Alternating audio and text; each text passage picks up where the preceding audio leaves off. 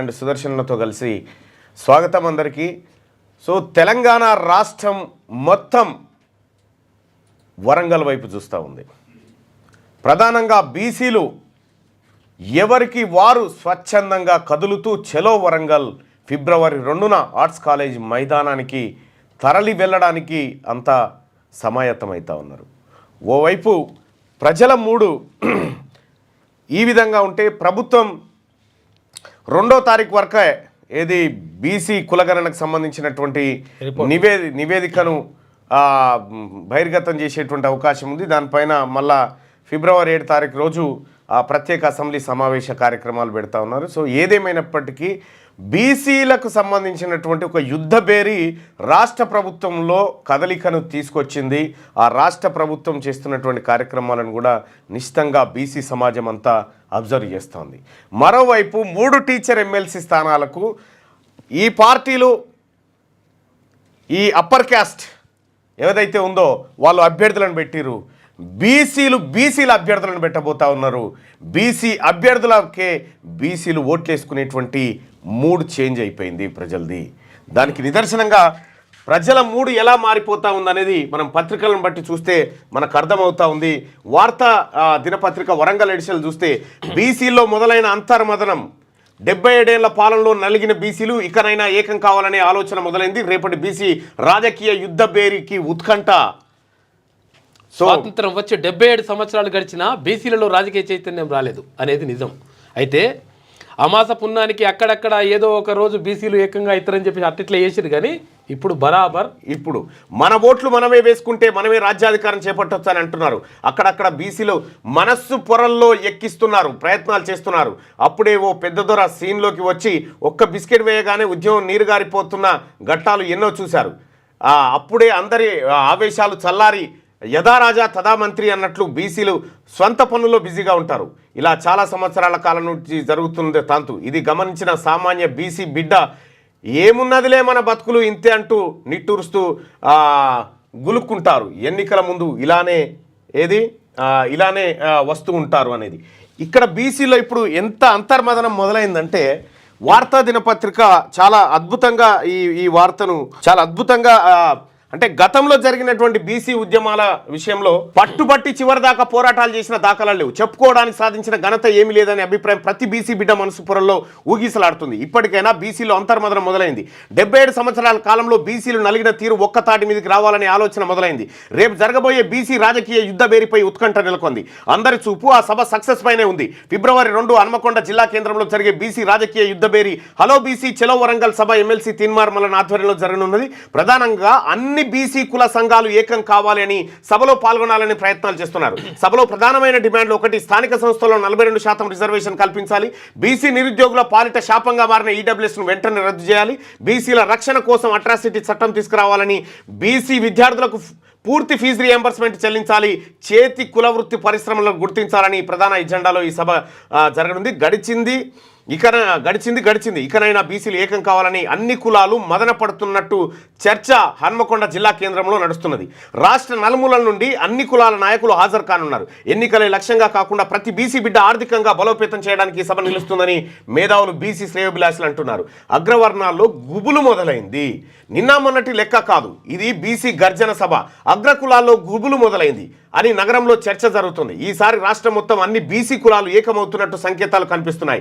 BC ప్రముఖులే కాకుండా అన్ని వర్గాల ప్రజలు పాల్గొన్నట్టు తెలుస్తుంది. ఇప్పటి వరకు 2 కులాలు పాలించిన తీరుపై బీసీలు మండిపడుతున్నారు. అందరం ఏకమైతే సాధించలేనిది ఏది ఉండదు అని నిరూపించబోతున్నారు. ఈ సభ ద్వారా రాష్ట్రం దేశం నలుమూలలకు గట్టి ప్రతిధ్వని వినిపెట్టే ప్రయత్నాలు చేస్తున్నారు. హక్కుల కోసం పోరాడితే పోయేదేం లేదని ముక్తఖండంతో సభ దద్దరిల్లి సక్సెస్ కానున్నట్టుగా సమాచారం. ఇది ఇప్పటికే మీడియాకు అందినటువంటి సమాచారం. ఇక వెలుగు దినపత్రిక కూడా ఎమ్మెల్సీ ఎన్నికల్లో బీసీ నినాదం, ప్రధాన పార్టీలు సంఘాల తీరుపై బీసీ నేతల ఆగ్రహం. ఎమ్మెల్సీ ఎన్నికలు జరుగుతున్న 3 చోట్ల బరిలోకి దిగుతున్న బీసీ అభ్యర్థులు. లోకల్ బాడీస్ ఎన్నికల్లో 42% రిజర్వేషన్ లక్ష్యంగా పోరాటం. ఫిబ్రవరి 2న 1,00,000 మందితో వరంగల్లో బీసీ రాజకీయ యుద్ధ బేరి మోగిస్తబోతా ఉన్నాం. బీసీ నినాదం వచ్చేసింది. ఎమ్మెల్సీ ఎన్నికల్లో బీసీలకు మాత్రమే ఓట్లేస్తామనేటువంటి స్పష్టమైన తీర్మానాలు చేస్తా ఉన్నారు. ఇవాళ ప్రభుత్వ స్కూళ్ళల్లో గ్రాడ్యుయేట్లు వాళ్ళు టీచర్లు అందరూ కూడా మా ఓట్లు బీసీలకే తీర్మానాలు చేస్తూ ఉన్నారు. సో ఇది శుభ పరిణామం తెలంగాణ రాష్ట్రంలో. ఇంకా అంతేకాదు, ఇక్కడ ఏది డాక్టర్ తిరునగారి శేష్ కూడా రగులుతున్న రాజకీయ చైతన్యం. తెలంగాణ స్వాభావికంగా ఉద్యమ నేల. ఈ నేల తల్లి ఎన్నో వామపక్ష ప్రగతిశీల సామాజిక ప్రజాతంత్ర ఉద్యమాలకు పురుడు పోసింది. నిజాం వ్యతిరేక ఉద్యమం నుండి తెలంగాణ ప్రత్యేక రాష్ట్ర ఉద్యమం వరకు ప్రజల చైతన్యం ఉద్యమ స్ఫూర్తి కళ్ళ ముందు కదలాడుతూనే ఉంది. తెలంగాణ ఉద్యమం అస్తిత్వ ఉద్యమాలకు ప్రేరణగా నిలబడుతున్న తరుణంలో ప్రత్యేక రాష్ట్రం ఏర్పడ్డాక రాష్ట్రంలో అత్యధిక జనాభా గల బలహీన వర్గాలు తమ రాజకీయ అధికారం, సంక్షేమం, అభివృద్ధి, అస్తిత్వం కోసం ఉద్యమానికి సిద్ధమవుతున్న ఛాయలు కనబడుతున్నాయి. దశాబ్దాలుగా సమైక్య ఆంధ్రప్రదేశ్లో తెలంగాణ రాష్ట్రంలో తమకు అభివృద్ధి, అవకాశాలు, అధికారంలో అన్యాయం జరిగిందనే ఆలోచనతో బలహీన వర్గాలు ఉద్యమాల వైపు కదులుతున్నట్టు కనిపిస్తుంది. అగ్రవర్ణ రాజకీయ ఆధిపత్యం సమైక్య ఆంధ్రప్రదేశ్లో 2 రాష్ట్రాలుగా విడిపోయిన తర్వాత కూడా ఆ రాజకీయాల్లో అగ్రవర్ణ రాజకీయ పెత్తనం కొనసాగుతూ ఉంది. రాష్ట్ర విభజన తర్వాత 2 రాష్ట్రాల్లో 3 సార్లు ఎన్నికలు జరిగితే అన్నిసార్లు అగ్రవర్ణాలే రాజకీయ అధికారాన్ని చేజిక్కించుకున్నాయి. జనాభాలో అత్యధిక శాతం ఉన్న బలహీన వర్గాలకు చట్టసభలో రాజకీయ రిజర్వేషన్ లేకపోవడం వలన అధికారం దక్కకపోవడంతో సరైన అవకాశాలు దక్కడం లేదనే అసంతృప్తి బలహీన వర్గాల్లో గూడు కట్టుకొని ఉన్నది. 58 సంవత్సరాలు కొనసాగిన సమైక్యాంధ్రప్రదేశ్లో కానీ, దశాబ్దపు విభజిత రాష్ట్రంలో కానీ ఒక్కసారి కూడా బీసీ ముఖ్యమంత్రికి అవకాశం దక్కలేదంటే అగ్రవర్ణ రాజకీయ ఆధిపత్యం ఏ స్థాయిలో కొనసాగుతున్నదో అర్థం చేసుకోవచ్చు. సమైక్యాంధ్రప్రదేశ్లో 16 మంది ముఖ్యమంత్రులు పనిచేస్తే 15 మంది అగ్రకులాలకు చెందినవారు కాగా వారిలో 11 మంది ఒకే కులానికి చెందినవారు. దశాబ్దపు తెలంగాణ రాష్ట్రంలో రాజకీయ అధికారంలో బీసీలకు అన్యాయమే జరిగింది. ఆంధ్రప్రదేశ్లో జగన్మోహన్ రెడ్డి మంత్రివర్గంలో ఒక బీసీకి ఉప ముఖ్యమంత్రిగా 10 మంది బీసీలకు మంత్రివర్గంలో అవకాశం దక్కింది. కానీ తెలంగాణలో మాత్రం ముఖ్యమంత్రిగా అవకాశం దక్కకపోగా ఉప ముఖ్యమంత్రి పదవి కూడా బలహీన వర్గాలకు దక్కలేదు. మంత్రివర్గంలో కూడా సరైన ప్రాతినిధ్యం, ప్రాధాన్యత దక్కలేదు. రాష్ట్రంలో రాజకీయ అధికారంలో బీఆర్ఎస్ ప్రభుత్వంలోను, కాంగ్రెస్ ప్రభుత్వంలోను బీసీలకు గౌరవప్రదమైన స్థానం దక్కలేదనేది వాస్తవం. 2 రాష్ట్రాల్లో భవిష్యత్తులోనైనా బీసీలకు రాజకీయ అధికారం దక్కే సూచనలు కనబడకపోవడం వలన రాజకీయ అధికారం కోసం బలహీన వర్గాల మెదల్లో ఆలోచన మొదలైందని చెప్పాలి. చైతన్యం దిశగా అడుగులు. తమ దశాబ్దాల వెనుకబాటుతనానికి 77 ఏళ్లుగా స్వతంత్ర భారతంలో పార్టీలు, ప్రభుత్వాలు అనుసరిస్తున్న విధానాలే కారణమనే విషయాన్ని బలహీన వర్గాలు అనేక వేదికలపై మాట్లాడుతున్నాయి. Kaka Kalelkar commission, Mandal commission, justice Rohini commission సిఫార్సులను అమలు చేయడానికి ముందుకు రాకుండా ప్రభుత్వాలు బలహీన వర్గాల అభివృద్ధి, సంక్షేమాన్ని నిర్లక్ష్యం చేసే అనే భావన బీసీ వర్గాల్లో గూడు కట్టుకొని ఉన్నది. గతంలో కంటే బీసీలో చైతన్యం పెరిగింది. ఆ చైతన్యం ఉద్యమ రూపంగా మారింది. అధికారం దిశగా అడుగులు వేసే కార్యాచరణ బలహీన వర్గాల నుండి మొదలయ్యే సూచనలు కనిపిస్తున్నాయి. బీసీలు వివిధ కులాలుగా విడిపోయి ఉన్నారు కాబట్టి వారిలో ఐక్యత ఉండదని పార్టీలు, ప్రభుత్వాలు భావిస్తున్నంత కాలం బీసీలను బలమైన ప్రభావిత శక్తిగా గుర్తించవు. కానీ పార్టీలు, ప్రభుత్వాలు ఒక విషయాన్ని మర్చిపోతున్నాయి. ఐక్యత లేకపోయినా బలహీన వర్గాల సమాజం తమకు జరుగుతున్న అన్యాయాన్ని, వివక్షతను గుర్తించడమే కాదు, వివిధ సమస్యలపై ఉద్యమించే చైతన్యం పెరగడం భవిష్యత్ అధికారానికి బాట వేస్తుంది. బలహీన వర్గాల్లో పెరుగుతున్న చైతన్యాన్ని గమనించిన రాజకీయ పార్టీలు బీసీలను తమ వైపుకు తిప్పుకునే ప్రయత్నాలు ప్రారంభించాయి. కాంగ్రెస్ పార్టీ పీసీసీ అధ్యక్ష పదవిని బీసీకి ఇస్తే బీజేపీ కూడా రాష్ట్ర అధ్యక్ష పదవిని బీసీలకు ఇవ్వడానికి సిద్ధపడుతుంది. అలాగే బీఆర్ఎస్ పార్టీ ఇటీవల బీసీల సమస్యలపై ఉద్యమించడం, పార్టీకి మరొక వర్కింగ్ ప్రెసిడెంట్ బీసీకి అవకాశం ఇచ్చే ఆలోచన చేస్తుందంటే బీసీలలో పెరిగిన చైతన్యానికి పార్టీలు తమ వైపు తిప్పుకునే ఎత్తుగడలో భాగంగానే చూడాలి. కానీ అగ్రవర్ణ రాజకీయ ఆధిపత్యం నుండి బయటపడాలనే ఆలోచన బలహీన వర్గాలలో కనిపిస్తుంది. స్థానికం నుండే మొదలవ్వాలి. తెలంగాణలో కులగణన స్థానిక సంస్థలో 42% రిజర్వేషన్ల అంశం బీసీలలో చైతన్యం పెరగడానికి దోహదపడింది. తెలంగాణలో ఎన్నడలేనంతగా బీసీ సంఘాలు, కుల సంఘాలు, బీసీ విద్యావంతులు బలహీన వర్గాల సమస్యలపైన, హక్కులపైన మాట్లాడుతున్నారు. ఇదే వారిలో పెరిగిన చైతన్యానికి తార్కాణం. ఈ చైతన్యం ఉద్యమ రూపంలోకి మారడానికి స్థానిక సంస్థల ఎన్నికలు, ఆ ఎన్నికల్లో బీసీల రిజర్వేషన్లు ఒక వేదికగా మారే ప్రయత్నం జరుగుతోంది. బలహీన వర్గాల యుద్ధం స్థానిక ఎన్నికల నుండే ప్రారంభించే కార్యాచరణ మొదలయ్యే అవకాశాలు కనిపిస్తున్నాయి. స్థానిక సంస్థల్లో బీసీలకు ఉన్న రిజర్వేషన్లు 34% నుంచి 23% తగ్గిపోవడం వలన బలహీన వర్గాలు 1405 గ్రామ పంచాయతీల్లో అవకాశాలను కోల్పోయారు. కాంగ్రెస్ ప్రభుత్వం బీసీలకు స్థానిక సంస్థల్లో 42% రిజర్వేషన్లు కల్పించకపోతే పెరగబోతున్న గ్రామ పంచాయతీలలో కలిపి 13,000 పంచాయతీల్లో ప్రస్తుతం 12,769 పంచాయతీలు, 23% రిజర్వేషన్ల దాకా వచ్చే 2,990 గ్రామ పంచాయతీల్లో 6,500 జనరల్ పంచాయతీల్లో అంటే దాదాపు 9,490 గ్రామ పంచాయతీల్లో బీసీలు ప్రెసిడెంట్గా పోటీ చేసే ఆలోచన చేసి రాజకీయ పార్టీలకు సవాల్ విసరాలి. స్థానిక సంస్థల్లో బీసీల నినాదం జై తెలంగాణ నినాదం స్థాయిలో మార్మోగాలి.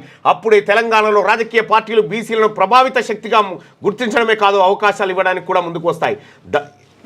మీ అవకాశాల కోసం, రాజకీయ పార్టీల అవకాశాల కోసం మేము వెయిట్ చేస్తలేము.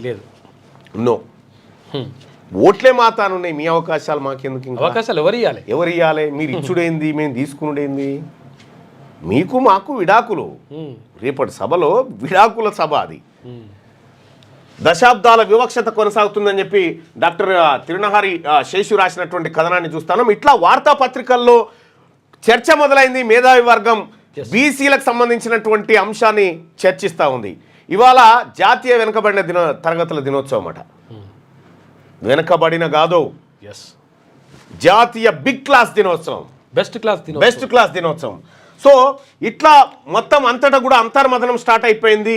అన్ని పత్రికలు, అన్ని ఛానళ్ళు కూడా అనివార్యంగా ఇక బీసీల గురించి మాట్లాడకపోతే బతుకు తెరువు లేదనేటువంటి తప్పనిసరి పరిస్థితి క్రియేట్ అయింది.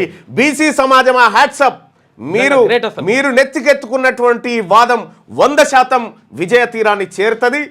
ఈ రాష్ట్రం మీది, ఇది బీసీలది, ఇది ఎస్సీ ఎస్టీ బిడ్డలది, ఇది అగ్రవర్ణాలది కాదు, ఇది పేదవాళ్ళది. ఈ రాష్ట్రం తెలంగాణ ఉద్యమం అయితే ఎట్లయితే వచ్చిందో ఆ తెలంగాణ ఉద్యమం, మీరు వరంగల్ సభ తర్వాత రాష్ట్రంలో పరిస్థితులు కంప్లీట్గా మారిపోతాయి. ఈ వరంగల్ సభ బీసీ బిడ్డ గుర్తుపెట్టుకో, ఈ వరంగల్ సభ మన తలరాతలను మార్చే సభ. జస్ట్ ముదిరాజులు అనుకుంటేనే పెరడు మైదానం మొత్తం సరిపోలే. ఇక్కడ ఏది ఎవరు అనుకుంటే కులాలన్నీ బీసీ కులాలన్నీ 30 కులాలు కలిస్తే మేము కులాలుగా విభజించబడి ఉండొచ్చు, కానీ బీసీలుగా కలిసినాం అని చెప్పి ఇలా చాటుతా ఉన్నాయి. ఇలా వరంగల్ సభ కోసం రాష్ట్రం నలుమూలల నుంచి ప్రజలంతా ఆసక్తిగా ఎదురు చూస్తూ ఉన్నారు.